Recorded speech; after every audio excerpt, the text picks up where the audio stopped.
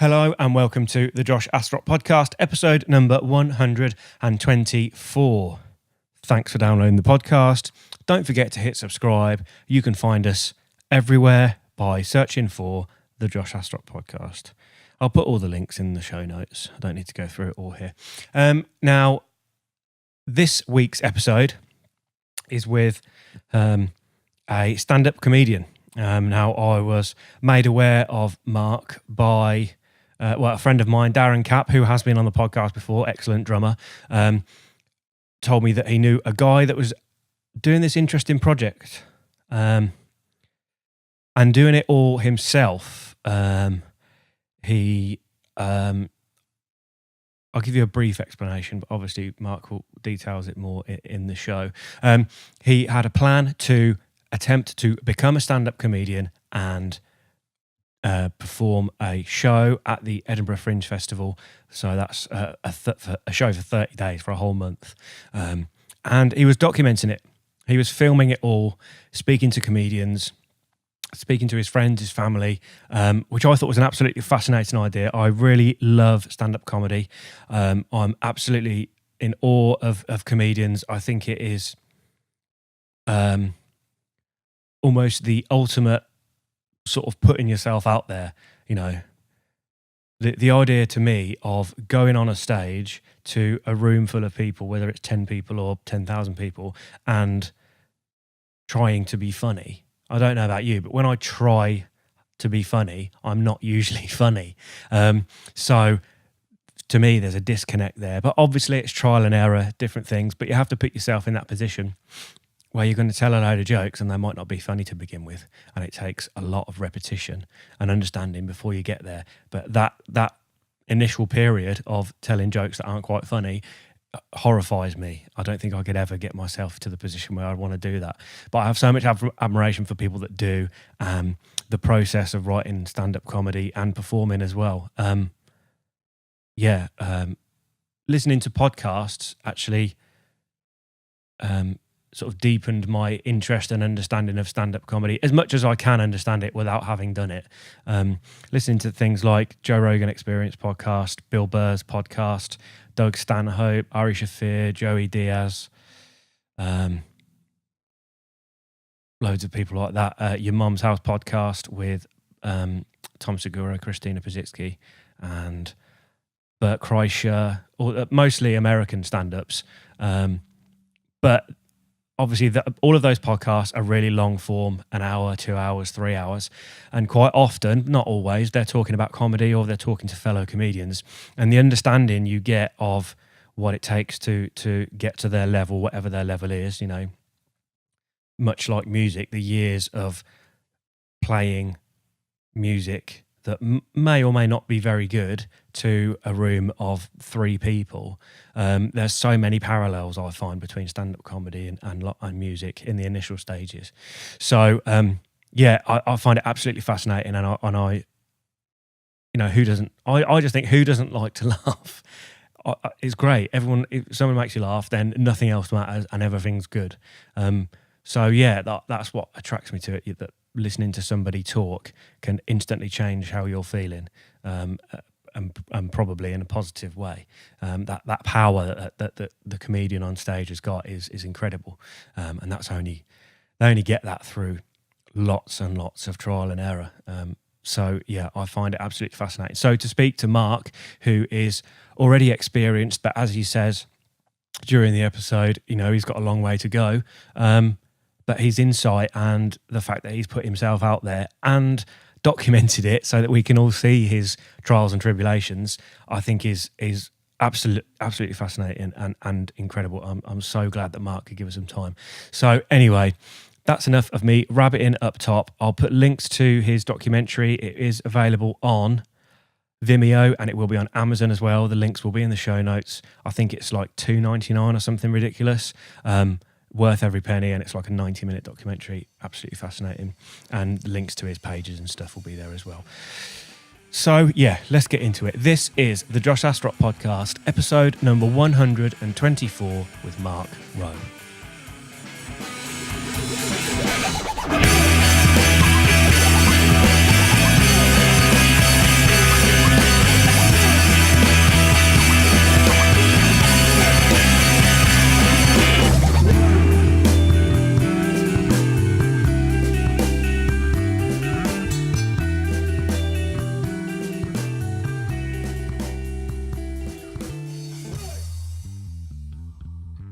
Okay, cool. Well, yeah, like I briefly mentioned then, Darren put me in touch with you. I remember getting a phone call, actually. He's always ringing me, Darren, and I'm never answering the phone. But it's a bit of a running joke, so it's how many times will he call me? Yeah. And how many times can I get away with not answering? 7's the record so far. Right. But anyway, and he said you were doing this interesting project of trying to get to Edinburgh and perform at the Edinburgh Fringe Festival. Well, basically start...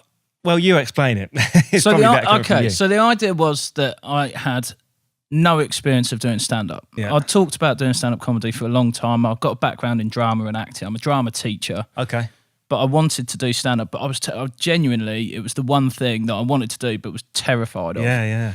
So, without going too much into it, I had made a short film with a couple of friends, completely different sort of thing, like a horror film and all that kind of stuff. Right. And I was thinking about, we'd done that on a really tight turnaround timescale. My mate had rung me up, who's a director, and he said, I want to make this film. I want you to write it, but I want to start shooting in 3 weeks' time. Well, right, yeah, okay. Yeah. And we did it, and it was actually having that timescale that made me get on and do it and get something and achieve something. So when I was then thinking about the stand-up again, I thought, I need a deadline. I need something that's going to make me go and do this. And I kind of figured that the Edinburgh Festival is a pretty good deadline to set yourself. Yeah. And then it worked backwards. So then I thought, oh, actually, I think that would make quite a good story, is somebody trying to get to Edinburgh, having never done stand-up at all, and what they have to go through to kind of be ready for that. Yeah. Yeah, I mean, it's absolutely fascinating. I think I'm a big fan of stand-up comedy. I watch a lot of it. But yeah, the thought of doing it just fills me with fear. You know, it's ultimate vulnerability. Even when you're playing music, you've got an instrument in front of you. Yeah. Or what you're not talking, and that's making noise. Well, because like I say, my background's in acting, and even that, where you've got a character and you've got lines, and you're doing so, and it doesn't really matter because it's not personal. But there's just something about stand-up that is kind of putting yourself up there to be judged in, so you feel very much like you're being judged, and the judgment is instant. It's laugh or don't laugh. You know, exactly. So that's what I think was so terrifying, was just, am I gonna put myself up there to fail? The closest I've got, which isn't that close at all really, is best man speeches. I've been lucky enough to do 2, and every time I think of them, I cringe and I'm embarrassed, and I think, why didn't I do this? Why didn't I do that? I should have practiced more. I should have written more. I should have, I just feel like I completely fucked both of them up. Whether or not I did, I don't know. The thing with the best man speech is that everybody's sort of on your side. Like, True. You don't feel like and it, but everybody everyone. wants it to be good. Everybody wants it to be funny. And it's the people that go up and do best man speeches and then suddenly start talking about all these stories that they really shouldn't be. That's when it all starts to go a bit wrong. But if it's generally a bit of a ribbon of the I was going to say stag then, but groom. Then people sort of tend to like it. And to be honest, a lot of people said to me that again, stand-up's very similar. Like, the audience want you to be funny. They're not normally there to knock you down. They don't really enjoy watching somebody really struggling. Like, I've had it where I haven't. Last night I had a night where it did not go well at all. Right, and there was a lot of comedians in the audience. Right, and it's just kind of unpleasant. It's not like they're getting off on the fact that somebody's having a tough time. Everybody's thinking, oh no, it's uncomfortable for the watchers as well. Exactly. Spectators. Yeah, that's a good point. Yeah, at least you've got. With a best man speech or a speech at any sort of event like that, you are sort of, the audience is on your side. But unlike comedy, that is like, if you just did a 10-15 minute serious talk about your friend or whatever, then that's perfectly acceptable. Whereas stand-up, your purpose is to make people laugh. Yeah, it's so black and white. Yeah. And the horrible thing about that is, of course, that different things make different people laugh. Yeah. So, particularly when you're very new, like I am. Like, I am still a year into doing comedy is not any length of time at all in the grand scheme of things. Yeah. So when you're very new, like I am, and a lot of the people at the sort of gigs that I'm doing, you don't have the skills and the versatility to be able to just change direction. And that's what the really good comedians do, is they read the crowd, they work out what's working. If it's not working, they've got another direction they can go in, or they can change it, and they will still keep the audience on side. Yeah. Whereas kind of for me, it's a bit like, right, I've got my set, I'm doing my set. If it's not working, strap in, because I'm still doing my set. Yeah. You know? This is going to happen. Yeah, exactly. Yeah, that's good. That's a good point. I think there's a similarity there with busking. I talking to Guy Mitchell Taylor on the podcast last week, who's done a lot of busking, and I think that is so difficult because you're faced with a lot of different situations, different types of people. Sometimes nobody's watching, sometimes lots of people are, and they're all different types of people. But as a result, you get so good at playing music because you've experienced all the different things. Yeah. It's like a really good proving ground, and it's hard, but it makes you better. I think that must be the same for stand-up. Absolutely, I think so. I think, there's not an experienced comedian in the land who won't say to you that they've been through the tough gigs, the difficult times to get to where they are. Nobody just walks in, turns it on, and is a brilliant stand-up comedian. It's a process that takes a long, long time. Yeah. And I was a bit worried about that, actually. I was a bit worried that, because we wanted to interview a lot of comedians and things like that as part of the documentary, and I was a bit worried that they would think, who is this guy that thinks it's easy enough that you can come in just a year and be able to take a show to Edinburgh? How arrogant is that? And it was like, might sound arrogant, but I knew how big a task it was. I never for one moment thought that it would be easy to do. Yeah. But I just wanted that. I wanted that sort of edge to it. I wanted something that was. I think if you're going to make a film, or you're going to make a documentary, or you're going to tell a story in a particular way, there has to be something at risk.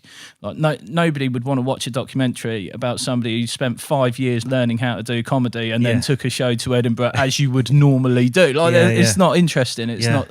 There's no challenge. Exactly. Yeah. Yeah, no, that's interesting. That is the thing, because you've got this time restriction, and it is a short time restriction.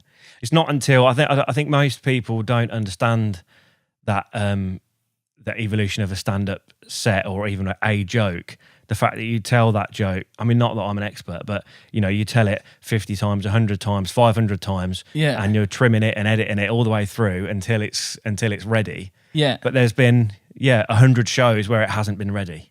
Absolutely, yeah. And of course, if you're an audience member, then you want everything to sound like it's just popped into the comedian's head. And often there's, even to the point where there's little asides and things like that sound very It might happen for the first time it ever happens, might be something that's just distracted you in the audience. Or if it gets a big laugh, you keep it, and you hear comedians all the time saying, "Oh, I can see you looking puzzled there, sir," or blah, blah, blah. And then they've got something after that. That guy didn't look puzzled, but nobody in the audience knows that you're just going to keep that because one night it worked and it was funny. Yeah.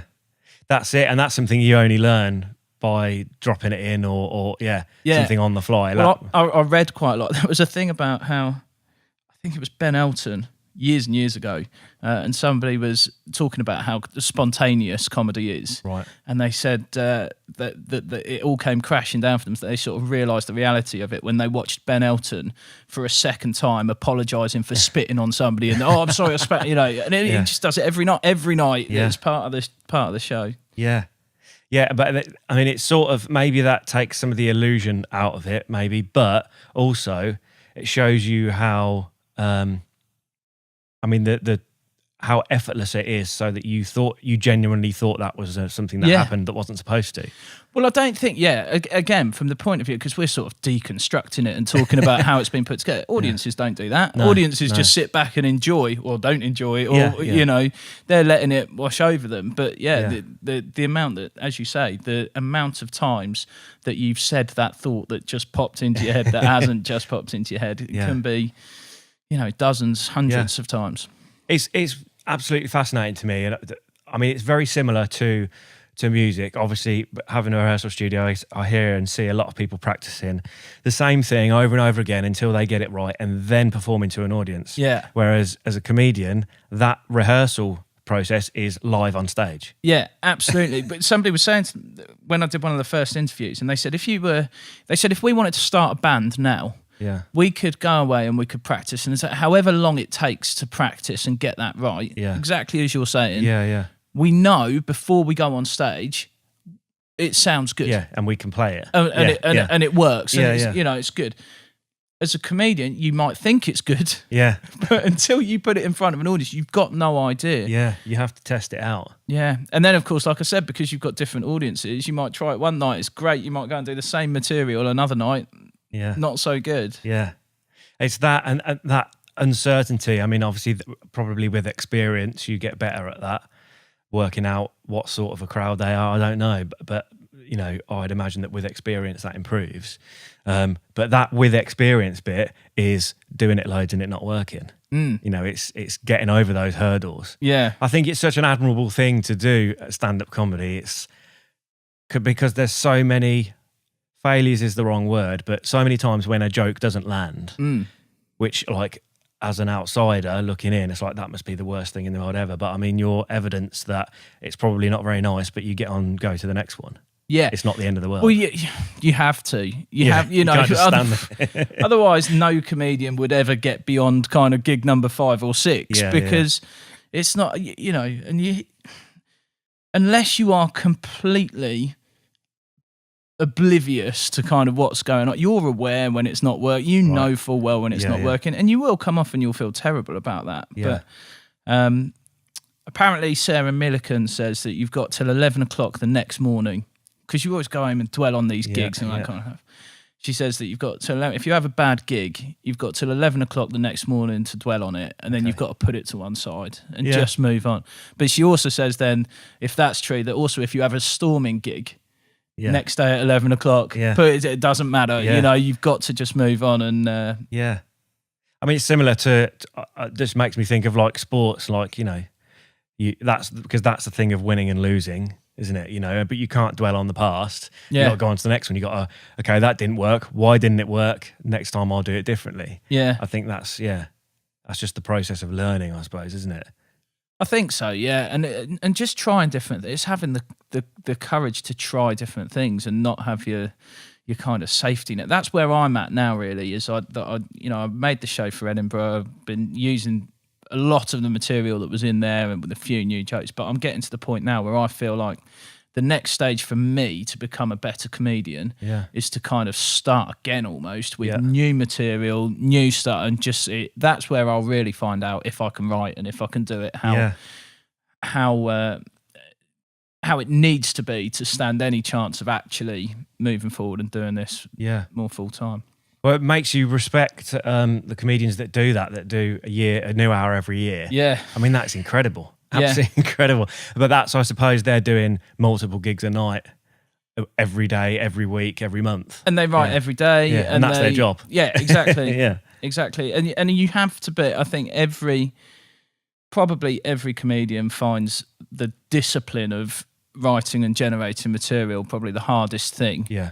And it's really, I think all writers procrastinate and put things off, and because the idea of being sat with a blank page is a horrible thing. So, again, I read quite a lot about this to try and help how to generate material, and they said you have to sort of trick your brain into thinking that you're playing, and it has to be, have to make it fun. The moment you make it, make it work, then your brain shuts down and you don't kind of engage with it in the right way, and you won't come up with the funny stuff anyway. You'll just hate yourself. That's it. If you're writing from a position of stress, it's like probably humour's probably not the quickest thing that comes to you. Whereas if you're happy, maybe it is. I suppose different people work differently.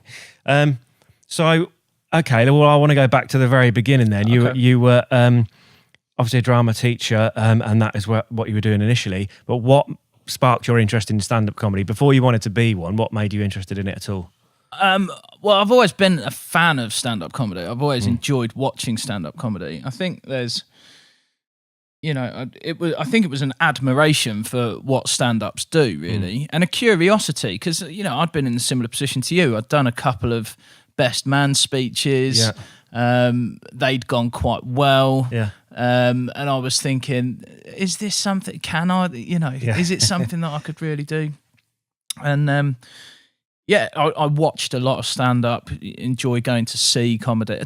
Didn't really have much of an understanding of the circuit for new comedians and the open mic circuit and the kind of level below. But I would go and watch, Rod Gilbert was at the Stables in Milton Keynes, Bill Bailey, those types of, top-end comedians. I'm a big fan of those. And I just wanted to try and find out how you do it. And also, when I had this idea to do it, I didn't really know how I was going to do it. Like, I had no understanding of what it actually takes to put a show on in Edinburgh. I just kind of decided I was going to do it and went for it. Yeah, that's interesting. I think that's similar to when I started this business. If I knew then what I know now, I probably wouldn't have done it. Yeah. Because I didn't realise it would be that difficult and stressful. Obviously, it's been great as well. But that naivety and that lack of knowledge actually was beneficial. Yeah. Otherwise, I wouldn't have done it. Yeah, it would have put you off and scared you off. Yeah. And I think, like I said, there was all sorts of things that I knew could be scary about it. But having that kind of end goal. Yeah. And having the documentary was like my safety net as well. Okay.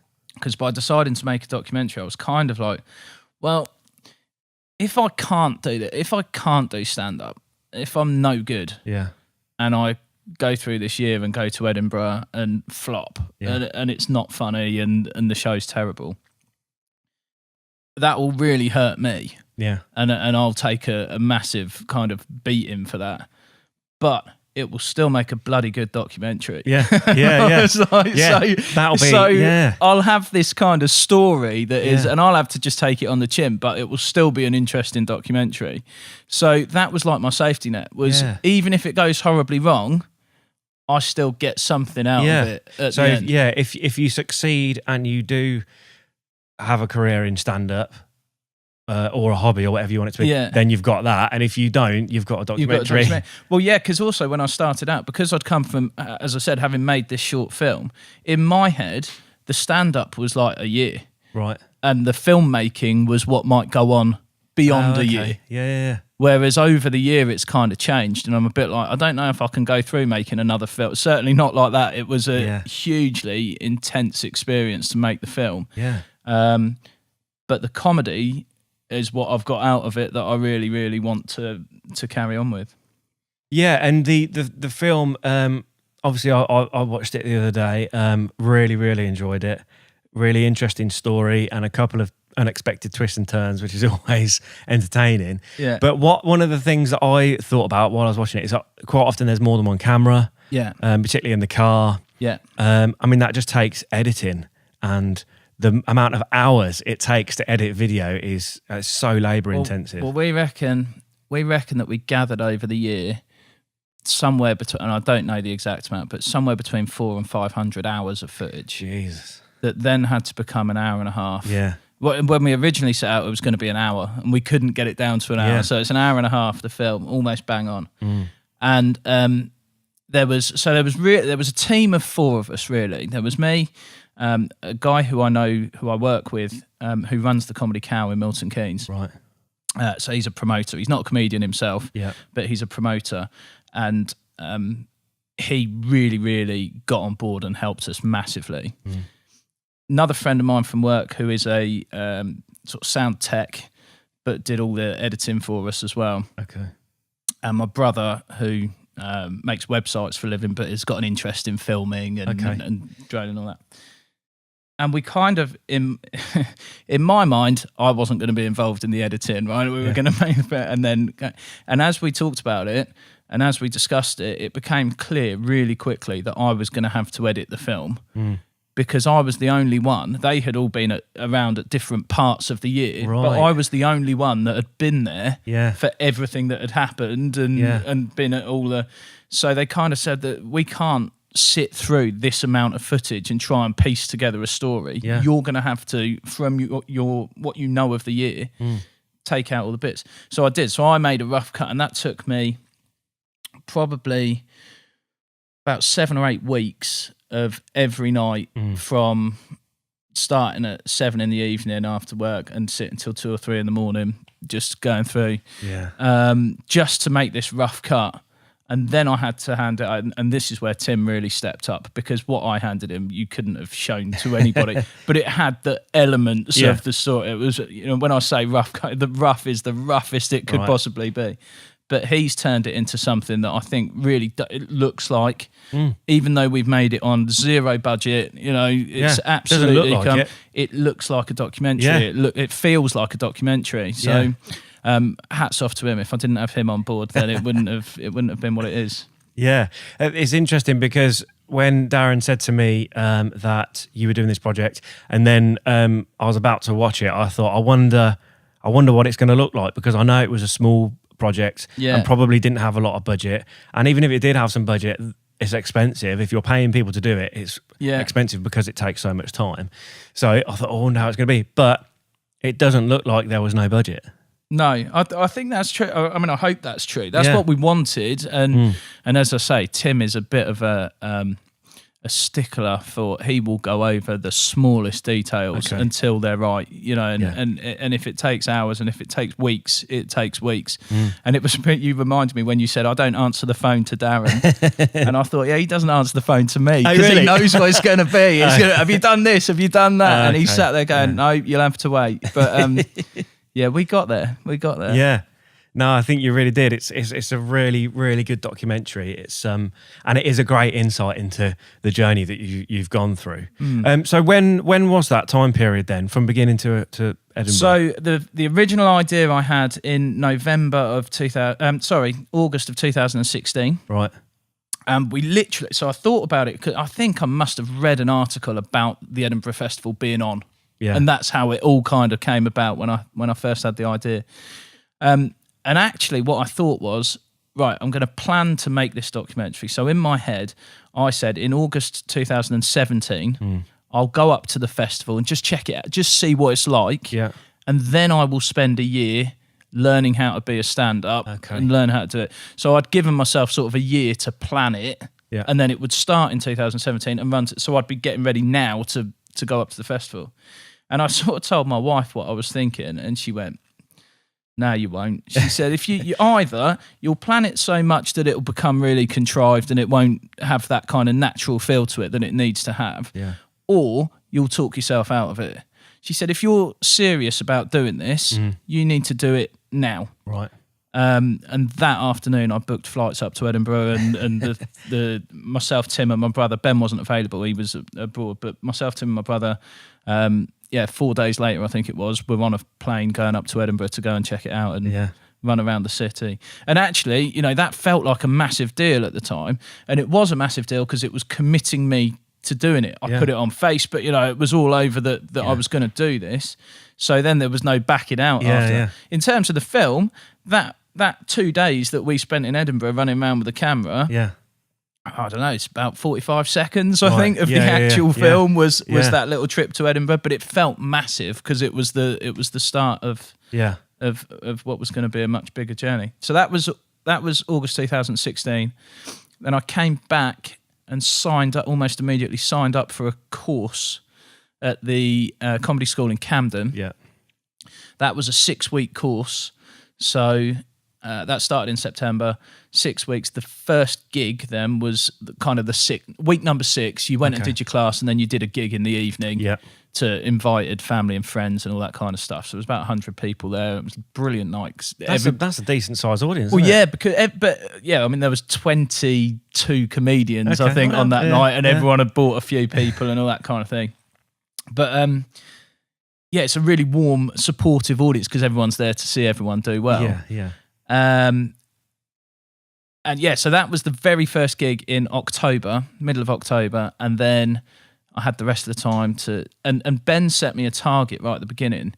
He said we went to the pub to discuss it before he'd even really got on board, and I just knew that he was involved in comedy and ran nights, so I just wanted to ask him a bit of advice. Yeah. And actually, before the end of that, sat down having a drink, he was completely on board with the project and part of it, and that was it. From then on in, it was us making a film rather than just me making it. Yeah. But he said, if you're going to be anywhere close to the standard you need to be anywhere close, you're going to need to do at least 100 gigs between now and Edinburgh, at least as a minimum.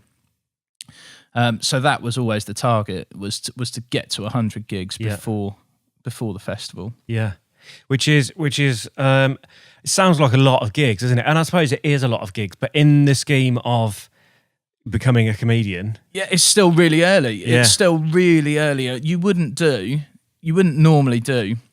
I mean, the show that I did in Edinburgh ended up being a 45-minute show. Right.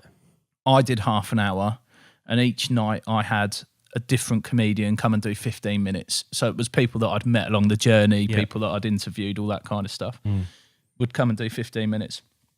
But even so, normally after 100 gigs, you would probably be doing 10 spots on other people's shows. Yeah.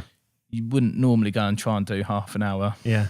On your own. It's not best advice just to go and do that, to be honest. But then I know what you mean, but then I mean, what a learning experience. You've made the learning curve really steep yourself. Yeah. But so it's harder, but you'll have learnt so much more than taking it slow and doing steady, doing the usual route. Yeah, I think so. And also being in Edinburgh and gigging every night, by the time I came back, so September was great. Yeah. I felt I could go and do gigs in September straight afterwards and felt sort of bulletproof, because you're going and doing your show every day. Yeah. Sometimes doing other sets on other people's shows as well. So yeah. I mean, I didn't do as much of that as I really should have done. Okay. I could have done more.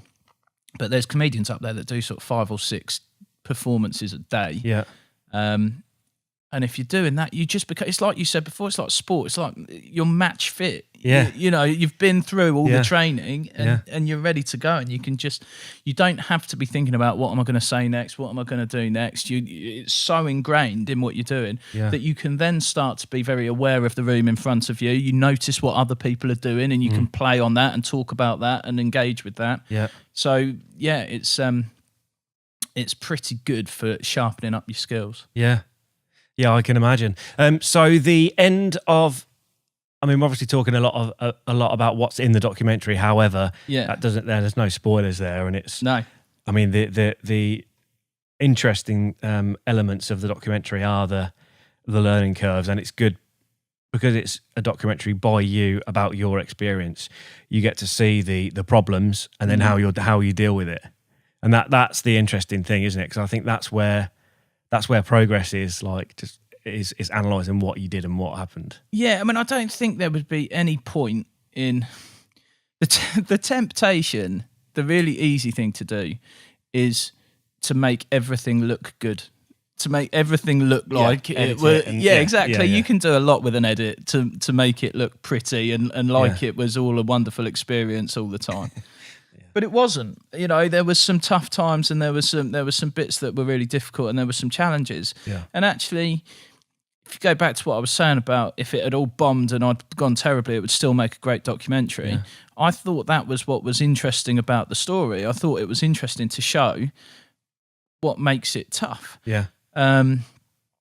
And it wasn't all horrible. There was highs and lows, but I wanted to show all of it. I wanted people to get a bit of an experience of what it's really like to go through that, because I think lots of people have an idea. I said this quite a lot at the start when I was talking about what I was going to do. Lots of people have an idea about what's live at the Apollo or Mock the Week and comedians of that kind of level. Yeah.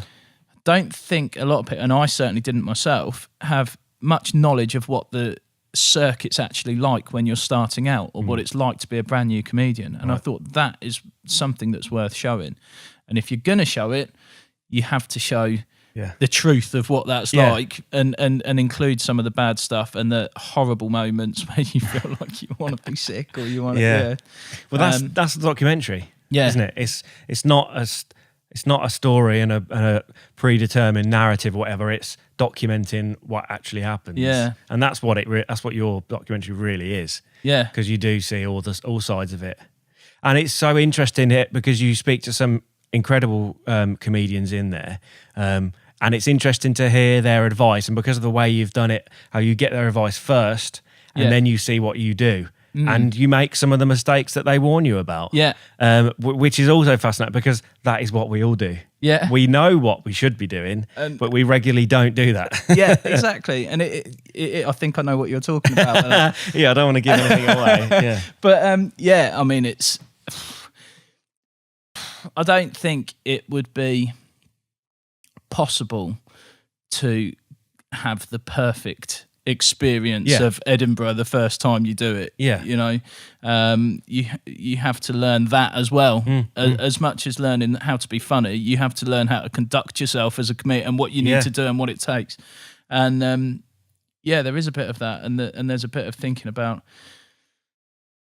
trying to be. I tried, even though I was very aware the whole time. I like to think that I was very aware of where I was at the whole time and never got ahead of where I was. You talked about some of the people in the documentary. I got to speak to James Acaster, which was fantastic. He's amazing, yeah. Really, really good. And he was so generous with his time. He was doing a show in Milton Keynes. Right. So it worked quite nicely for us. And I was able to go and speak to him. But he gave us about 45 minutes in the time that he's preparing for his show. To just sit down and chat, and he was so relaxed and so cool. But it wasn't actually even on camera. At the end, he just went, "Best advice I can give you, don't be a dick. Don't be a dick." He was like, just go and know what you're at and work really hard and all this kind of stuff.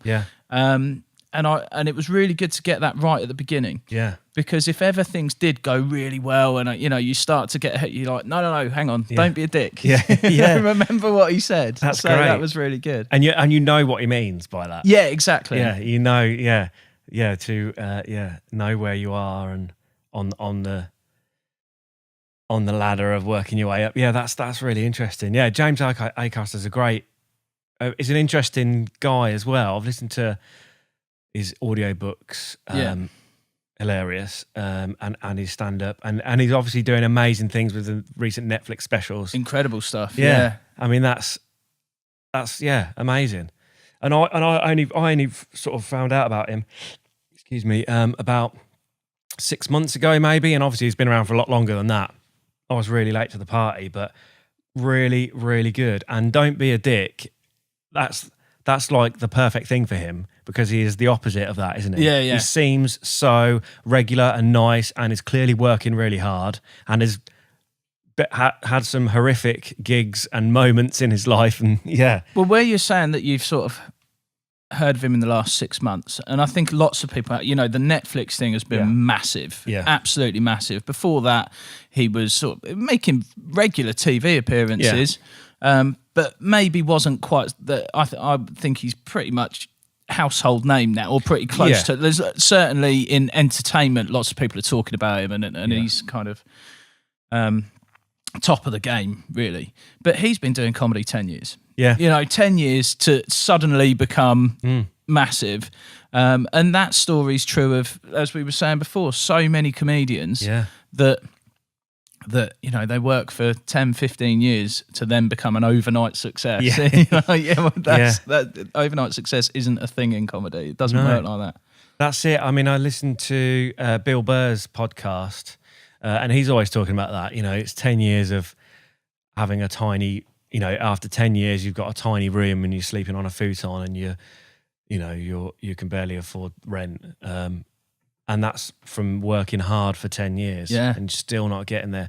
I'm listening to Stanhope's audiobook at the moment, Digging Up Mother. It's really, really good. And he talks about that as well, going to Vegas or whatever it is and having 59-cent breakfast because he didn't have any money. Because you've got, you're just scraping by to... He was talking a bit about, he had a tax bill for, 30 grand or something. And he was saying...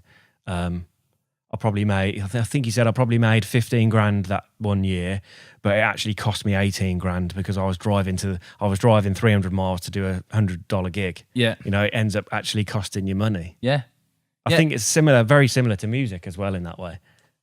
Well, I mean, I don't know much about the music industry and how that all works, but certainly you have to invest a little bit. There was a bit of a debate going that's taking place on sort of the comedy forums and things at the moment and a couple of mates of mine were discussing it. And they're talking about kind of the class system in comedy and whether you're disadvantaged being working class and all this kind of thing. Okay. And they were trying to work out whether you... Basically, the centre of this debate is whether you stand a better or worse chance of getting booked as a kind of working class comedian. And there's different views on that. But what one of my friends was saying is that he doesn't think that that's really a thing. He doesn't think that there's that kind of prejudice.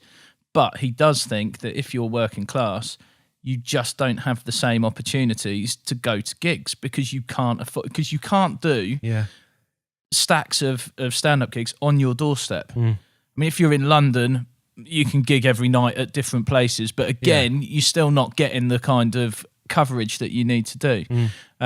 So there is a financial element to being able to take up stand-up because you've got to be able to travel. You've got to be able to go. And I was going, in the year that I did, I've slowed down a little bit since, because we've been making the film and because we've been editing and all that kind of stuff.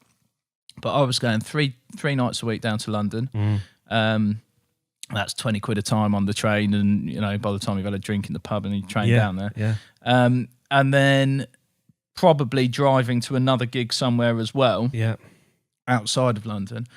And you might, if you're lucky, get booked on a gig where they give you expenses. You're certainly not making money. You're certainly not making any profit off it. So yeah, you've got to be prepared to. And for me, it was kind of like, well, I can justify I got into debt to do it, but I can kind of justify that because it's making this documentary and all that kind of stuff. And also it's your hobby, you know, people put all sorts of money into the hobbies that they have. But yeah, nobody should certainly get into comedy thinking, well, I'll be making money by the end of the first year, because it's just not going to happen. Yeah, I think that there's a lot of similarities there with music. I mean, if you're in a band trying to get gigs, you don't get paid gigs for a long time, and then if you're lucky, you get petrol money and a free beer. But I mean, even touring bands, you know, you have to be playing 10,000 seat a place, 10,000 capacity places before you start making a minimum wage living. You know, it's very similar. But I suppose that's creative or arts based jobs or careers. That's just the nature of it. Absolutely, I mean, are there many artists, you know, painting that are making money? I'd imagine most of them have jobs. Outside of. Yeah, that's just the way it has to be. But like you say, there's only 24 hours in a day. Yeah. You've got to do your day job. You've got an evening job. You've got a family. Yeah. That you are supposed to see from time to time, but it's not always possible. It's not. No, and they had to be very, very forgiving of what I was doing. My wife in particular, because she had to kind of run the household whilst I was off doing everything that I was doing. My daughter, who's the oldest of my kids, she's 12, or she was 12, she's 13 now, but she was 12 when I was doing it. She really struggled, I think. She to be brutally honest, I think she became quite resentful of the comedy. And I think she saw it as, maybe in her head, she saw it that I was choosing to do that over choosing to do things with my family. So I had to get to the point where I was like, hang on, I need to make sure that I do make time for that. Because it becomes all-consuming. It really does become all-consuming. When you're gigging, obviously you're off away for wherever you're going. So I was leaving the house at 5 in the evening to get to wherever I needed to be. You'd be there all night for the gig. You wouldn't get home till midnight, and obviously that's long past the time that the kids are asleep. If you're not, then you're thinking about how you're going to get the next gigs or keep your diary filled up. So you're on the internet looking for things. Maybe, although like I said, I wasn't as disciplined as I could have been, maybe writing and trying to get things done. So you're constantly distracted. And you have to, or I had to, reach the point where I was like, right, put the laptop down, put my phone away, focus on the kids for at least a couple of hours, and give them a bit of time back, because it's easy to just assume that they're going to be all right while you're off doing these things. It's a lot to ask, and obviously younger kids don't always understand it, and they don't have the insight of what your plan is for the future, and you know, they're just thinking about what's happening right now. But Yeah, I mean that's all part of the process, isn't it? I mean, is that something that you would have if you were in a position where you had enough money and you didn't need a day job and you could just be a comedian? Yeah. I mean, you probably wouldn't have that, although you'd be working evenings, so maybe you would still have the same problem. I don't know. I think I think that I'm making it sound like I'm blaming my teenage daughter here, which is not right. But I think that she had it a bit skewed as well, because she's into drama, dance, singing, all the sorts of things. She wants to perform when she's older. So that was one of the things, was having a conversation about what it's like to want to do those things, and that sort of really helped. But because she's into all of that, she's out Saturdays, Sundays, doing all that all the time. So my two younger ones, my boys who aren't into those kind of things, are around on the weekend. So I don't think they felt it so much, because I was there during the days on the weekend. Yeah. And I think if I became a professional comedian, it's just that your timings change slightly. Yeah. And also, pro comedians aren't doing the same types of gigs as I was doing all the time. Yeah. So they're perhaps turning up later to a gig. They don't have to be there all night because they're not expected to. I mean, I was doing a lot of open mic gigs where you might have 15, 20 comedians on. And part of the condition of you getting stage time on that gig is that you will stay and watch everybody, because they don't want one person goes on and then says, see you later. Yeah. I mean, not everybody sticks to that. I had probably the worst gig that I had over the whole year. It was only comedians to start with on this open mic. There was no genuine audience in at all. It was just the comedians on the bill. Yeah. The air conditioning was broken, so it was on all the time. They couldn't turn it off. Oh, no. So this room was freezing. It was cold in all senses of the word, because no one wanted to be there. It was only at the I was on in the second half. At the break, everybody who'd been on in the first half left. Oh, no. So you were left with sort of 6 people who all didn't really want to be there. They're trying to perform to each other, and it was that was the only time in the whole. I came out of that gig and I rang my wife, and I just went, yeah, I'm really sorry that I'm putting you through all this. And I don't really know why I'm doing it. And it was really doubting kind of what I'm doing. And she went, don't be stupid, you've got another gig tomorrow night, go and get on with it. And she was right, that was exactly what it took, was to just get back on. But, it's hard to see I mean, you'll have probably had doubts like that many times, as is part of the trajectory of trying to make something of it. It's similar to I mean, I keep bringing it back to music, but that's my only point of reference. But you play gigs to nobody all the time, frequently, and you think, and that is why I see a lot of bands here, a lot of bands that split up and call it a day, because it's not worth driving 60 miles to play to 3 people and the sound engineer for 30 quid. Yeah. And to get to that point, you've had to, buy loads of equipment, maybe book the afternoon off work to get there in time, and then spend money on rehearsals, and you're putting a lot in, but if you're not getting much out, it's understandable. Yeah, absolutely. Yeah, I fully get that, and you're right. There's a lot of parallels with comedy with that, and you turn up at some gigs and you just think, oh my God. For me, because I was making the documentary, it was really easy to kind of go, it's all right, everything's got a value. It's all part of the process. It's if I turn up and there's 2 people in the audience, great, that's part of the story, is that there's 2 people. Now it's finished. If you turn up at those gigs, you kind of go, oh, no, don't want to do this. Yeah, well then are you justifying bad decisions then? Were you in that? Because even if it's not the right thing to do, or something went wrong, it's still good for the documentary.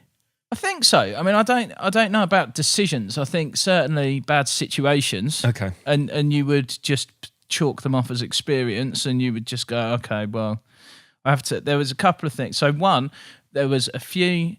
Although we talk about showing everything, we obviously didn't film every gig that I did and all that kind of stuff. It just wasn't possible to do. Logistically. And for quite a long time, although I had a few bad gigs, we weren't getting them on camera. Right. So we kept having this discussion about we need to catch a bad gig on camera. Yeah. And I remember doing this one in London. I went down on my own. I didn't have anyone to film me, but I took the kit down and said, I'll set it up and film it. And it was in the afternoon, which is odd for stand-up comedy. It's a weird feeling doing it. Imagine, it must be the same for music. You know, imagine like doing something at 2:00 in the afternoon. It's a bit of a weird thing. So it was light in the room. There's light flooding through the windows. Nobody's really had a drink, which is a big part of a comedy night, is people and alcohol and all that kind of stuff. And it was just horrible. Like, my set did not go well. Like, people maybe chuckled a couple of times in a 10-minute set. Yeah. And even then, it wasn't big laughs. And I just remember coming out and ringing my brother and going, you know how we didn't have any bad gigs on camera? I fucking nailed that one. And meant to do it. He was delighted. He was so happy that it had gone wrong for me that day. There was no like, oh, mate, it'll be all right, don't worry. It was like, brilliant. Yes. We've nailed that. Yeah. Good. And also, we had... and I can tell, because it didn't really end up in the documentary, there was this one time where I was going down to Bristol for a competition, and I just had the Journey from Hell. Right. And what happened was I got just out of Buckingham, going all the way to Bristol, and I realised that my phone, which was plugged into, which was the only way I had the address and sat nav and all that kind of stuff, the battery was going, but the charger wasn't charging it, even though it was plugged in, it wasn't working. No.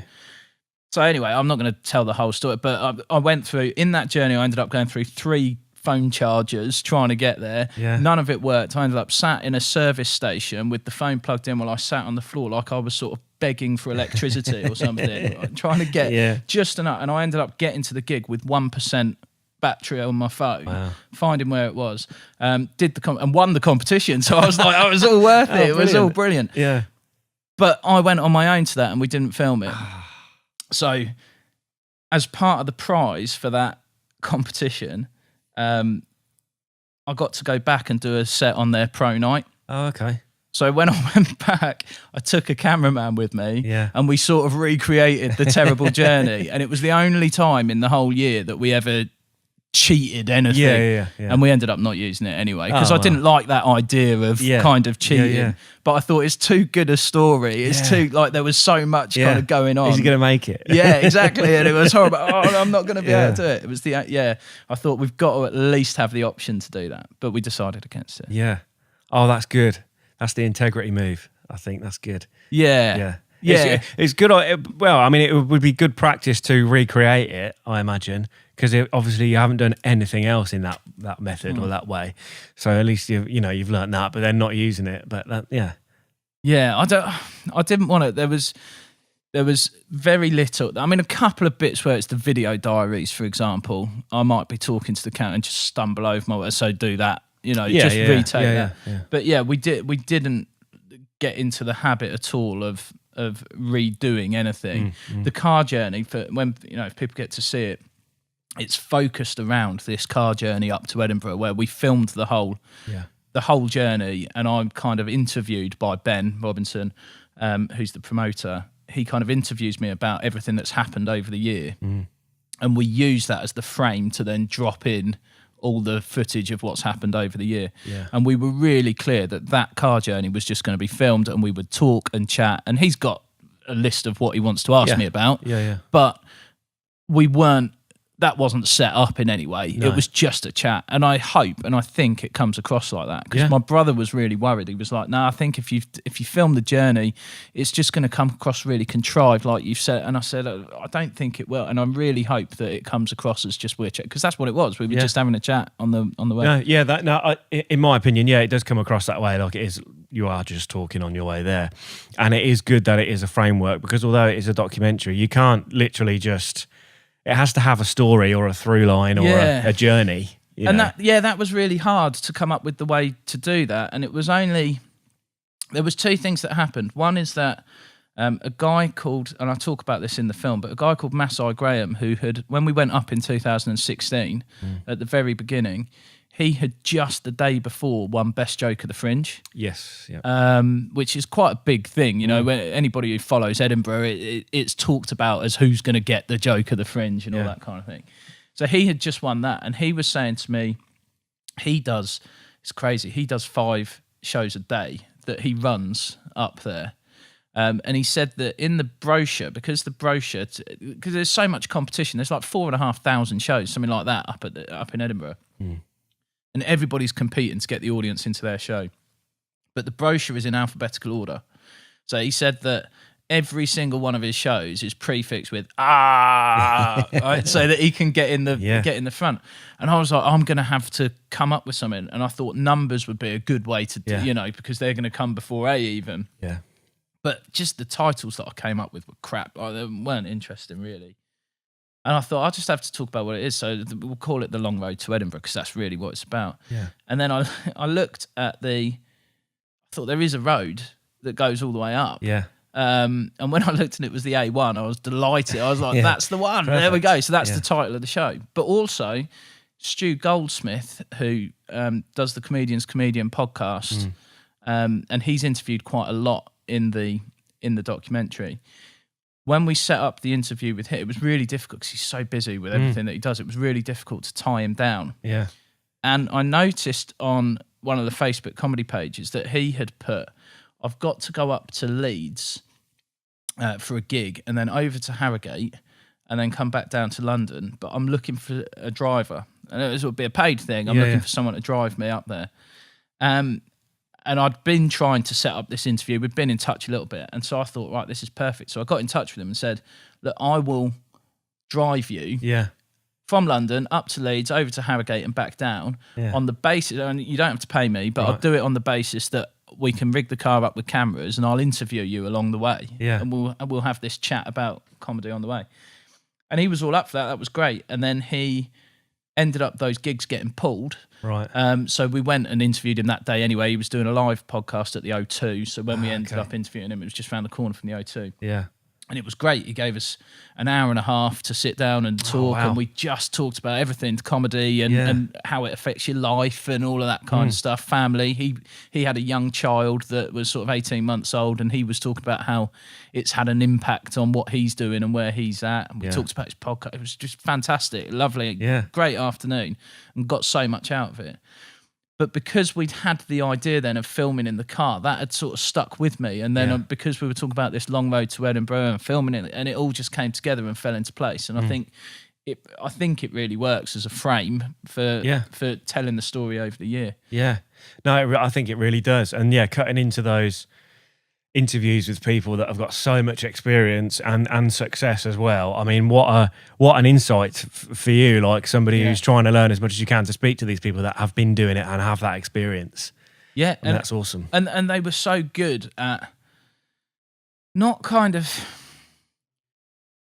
certainly not talking, just being really realistic and just being really honest and just saying, look, these are the things, you're going to find this tough.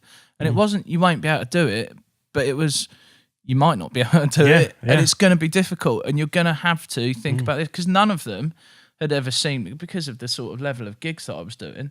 None of these top-end comedians had seen me perform. No. They didn't have a clue.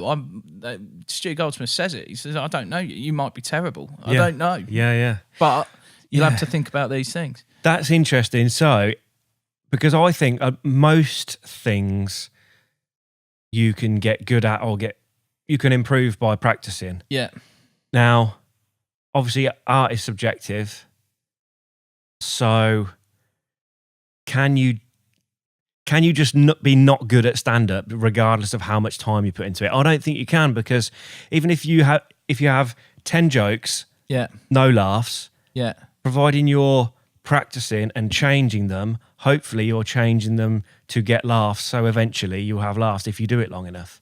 I don't know. Is that true? I don't know. I wouldn't want to be the person. No, but I wonder. I think you will get better, but I think that you might not ever get really good. Okay. I think that there are certain things that just aren't gonna be fun. Like, you can't make funny. There's things that I've really struggled with, wanting to have something to say in my comedy. Yeah. You know, I'd like to get to the point where it sort of means something. It's not just flippant or trivial comments. I do a lot of my materials about sort of talking about my wife or talking about my kids being a pain and all that kind of stuff. And I just think it was fine to do in my first year, because you're learning how to make an audience laugh. Yeah. But I don't want that to be the summation of what I do and what I've got to say is, oh, my wife's a pain in the arse and blah blah blah. Because clearly, from everything that she's supported me through, she's not. It's not even true. You know, it's just, you say that in the documentary. Yeah, it's just taking the. I mean, all of the stories are true to a degree. Something has happened that sparked them off. Yeah, but you're presenting it in a frame that's not true. Yeah. And I just think that there are things that some people might talk about, and no matter how you it's just not going to be funny. I say that. I say no matter how. I expect really good comedians can find a way, can't they? They can find a way in. Well, maybe that's it. Maybe it's things like you mentioned earlier, like adapting your set to the crowd. Yeah. You know, I'm sure some of that is experience, but maybe there is some sort of innate understanding in there as well, maybe. There's definitely, I've noticed recently, and I can't off the top of my head think of a really good example, but I've started to really listen to what comedians are talking about.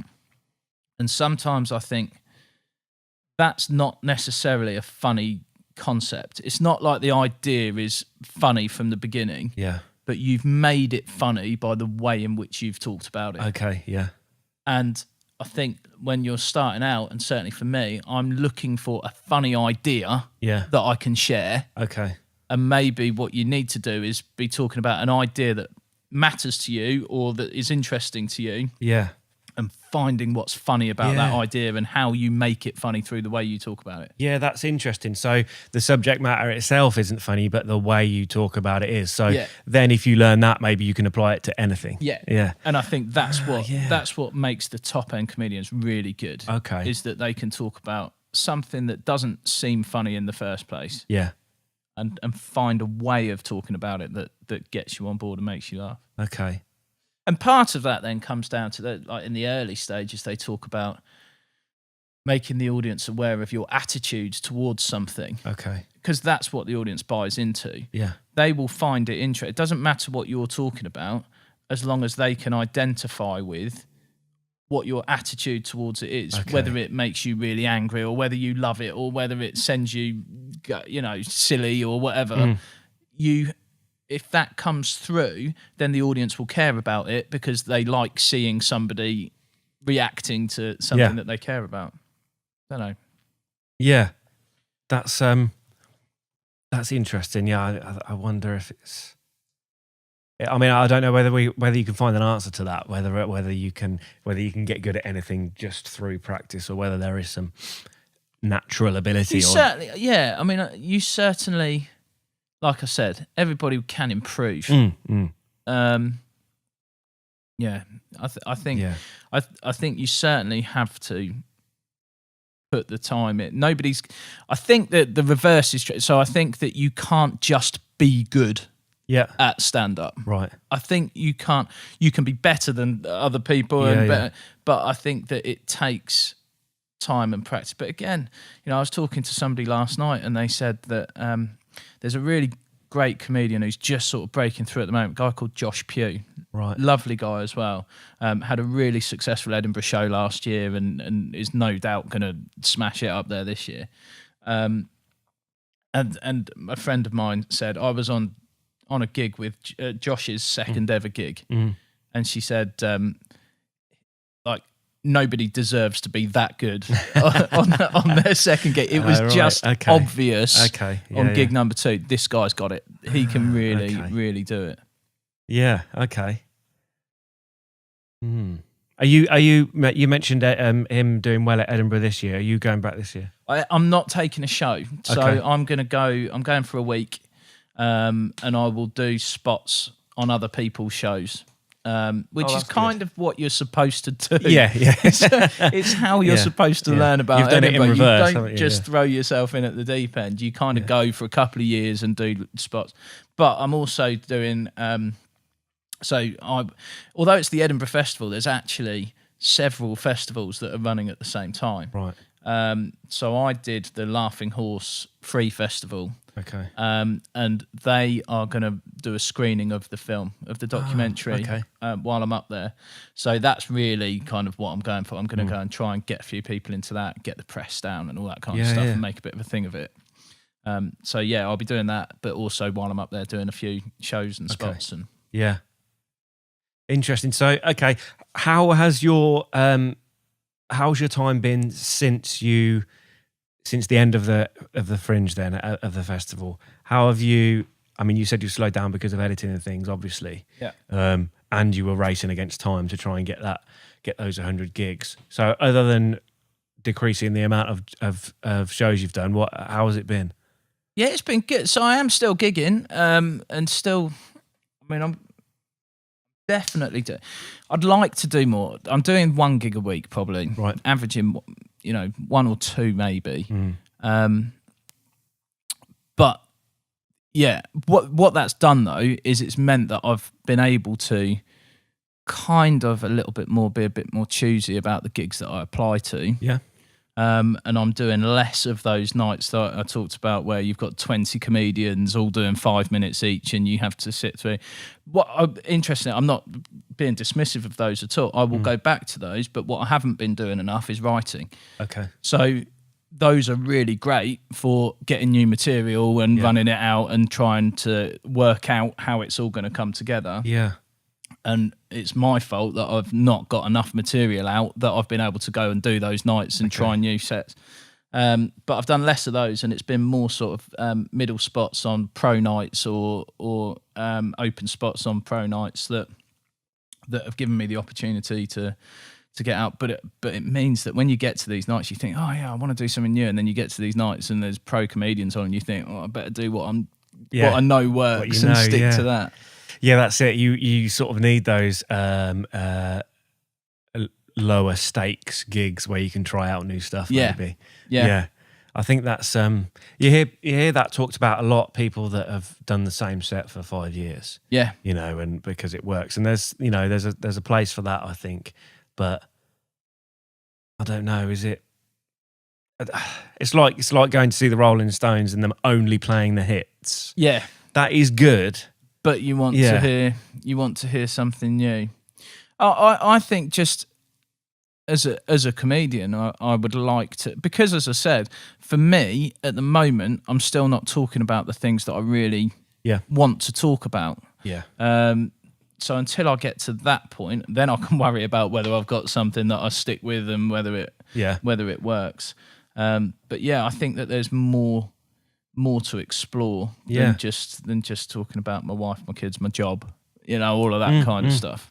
I think that's quite a big question to ask yourself, isn't it? Like, what's my point? Yeah, that's massive. Yeah, that could shape your future career. Yeah, really. So that takes a lot of. You've got to get it right, and inevitably, the things that you care about, kind of politically or socially, or the things that matter are quite difficult to make funny. Because they're important things, and you don't want to be trivial about them in any way.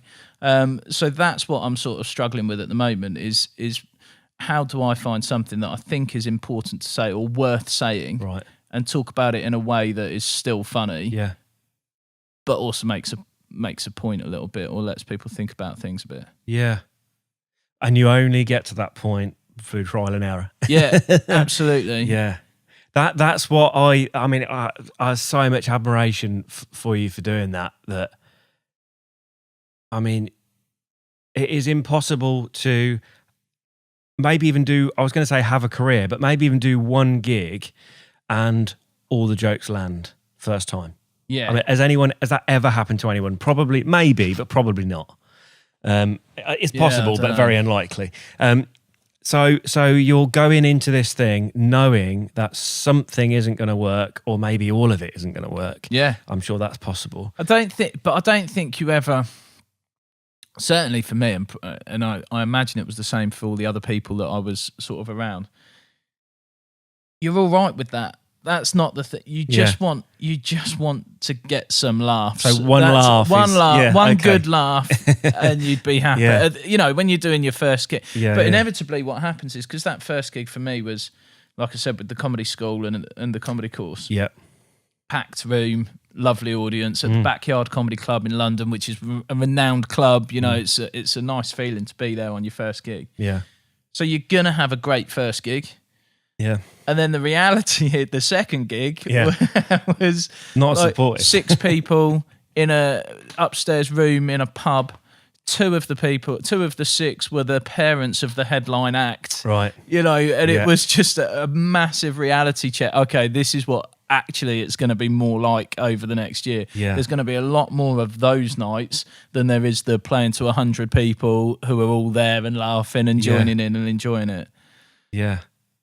What? How have you found the community, the other people that are in the same position as you, sort of on trying to work their way up the ladder? Has it been? They're generally supportive? Fantastic. Yeah, okay. Really supportive. Yeah, really supportive.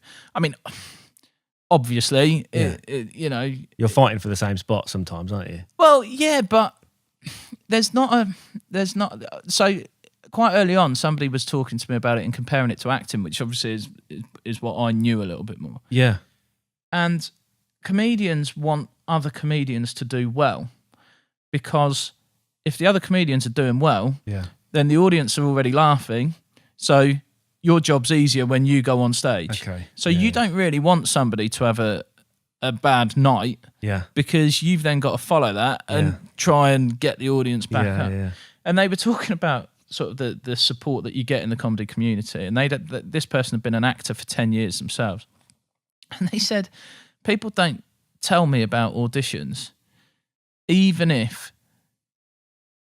I look completely different, if I'm not suitable for I'm not the same. They don't, because there's this innate fear that I might then go for that audition, and it's so competitive and so like. He said, but in comedy, it's just not like that. Everyone's been really supportive, and you know the proof is in the fact that these top end comedians in my documentary take the time to sit down and talk to a new. They didn't need to do that. We didn't pay any of them. We just sent them an email and asked if it would be okay, and they all went, yeah, why not?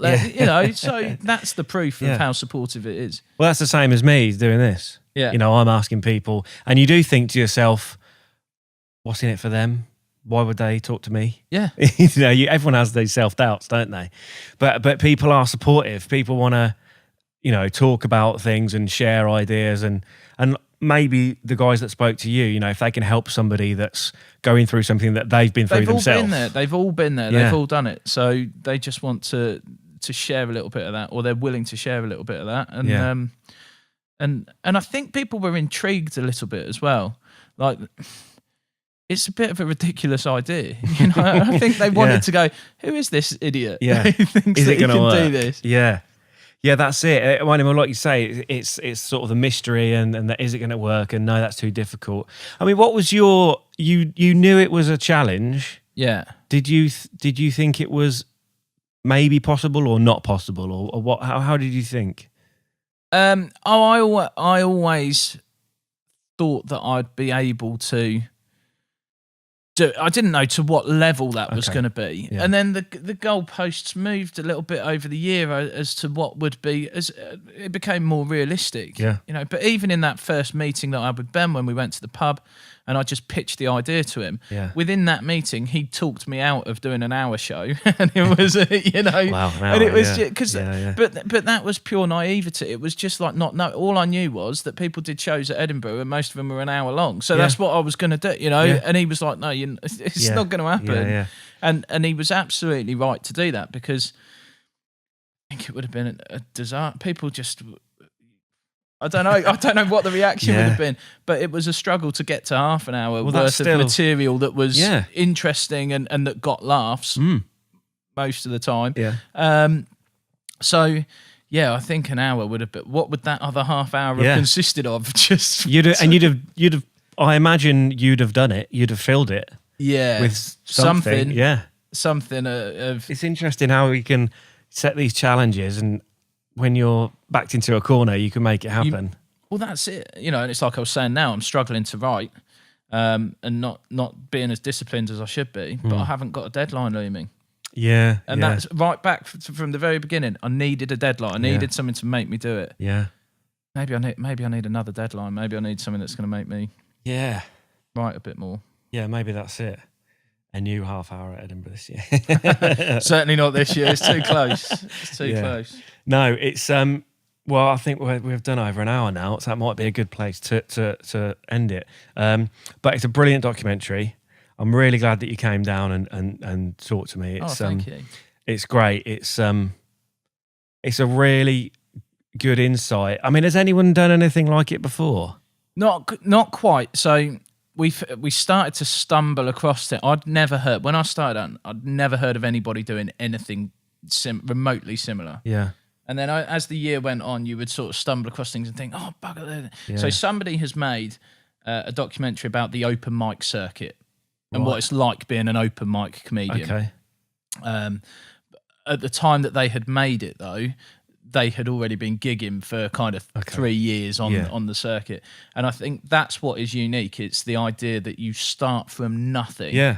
From the very beginning. And go through. Yeah. Because why would you do that? You know, most people who have the idea to get into comedy don't think, oh, I'll make a film about doing that. That's what was unique. Yeah. People look back and go, oh, that would have been interesting to show what I did going through it. But I wish I'd have done it. Yeah, exactly. Yeah. So it was just stumbling across that as an idea. And also, people have made documentaries about the Edinburgh Festival. Yeah, Hannibal Buress did one. Yes, that's it. Great. Yeah. That was about 2012. Yeah.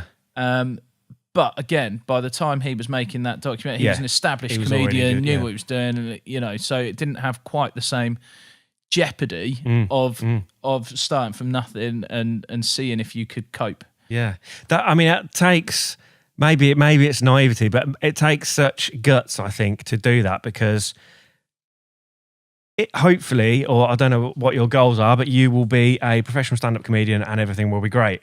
So filming the first year is when you were at your worst. Yeah. So you're really putting it out there on the line. Most people, you take a picture of yourself, you'll take a couple to make sure you get a good one. Yeah. But you're not doing that. You're not getting good and then showing everybody. You're going, right, this is, in theory, potentially the worst jokes I can come up with, because it'll only get better from then on. This is me being terrible. How can it get... Yeah, you're right, in a way. But again, I suppose that comes down to the fact that when I thought about making the film, I didn't have an eye on being a professional comedian. That wasn't in my head at all.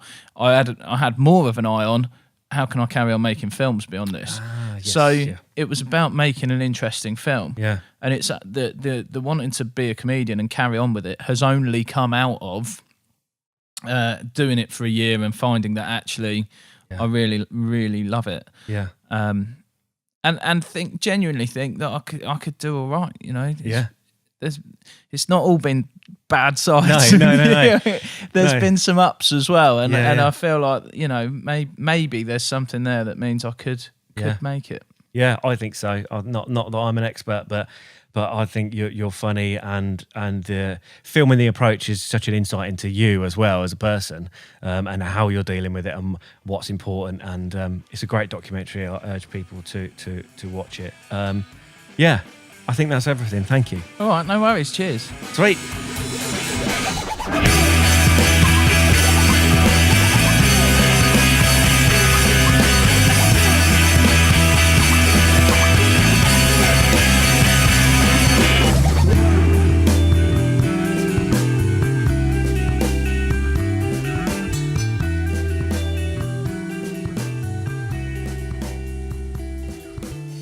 So there it was, the Josh Astrop podcast, episode number 124 with Mark Rowe.